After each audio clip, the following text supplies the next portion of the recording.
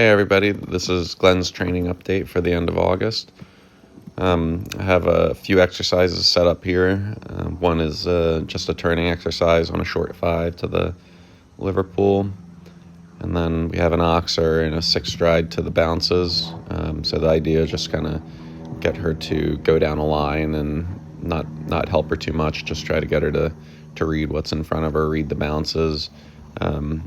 She finds the bounces a little bit challenging just with her body still being a little bit green and not having the mileage and being that little bit of straight-legged behind.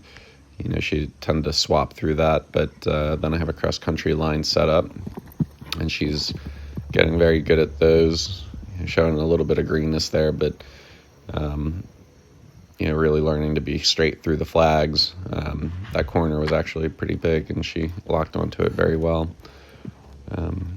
But yeah, definitely the bounce is kind of trying to get her to reuse her body, because she can be such a impressive jumper, but a lot of times the times that she has this big, huge jump where she looks like she's Supermaning over it is actually a little bit of a green jump. So, she's not throwing a lot of big, huge jumping efforts here. But that's actually a good thing. You want her to be, stay on the aids and stay nice and relaxed. And, when they do the big Superman, green baby jumps, that's actually, where they're going to lose confidence and end up jumping themselves into trouble, which is kind of what she did when I tried to move her up to training last year.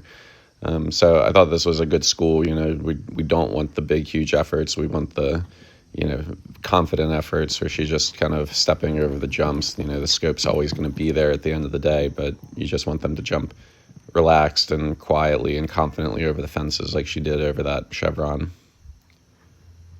So we're getting ready.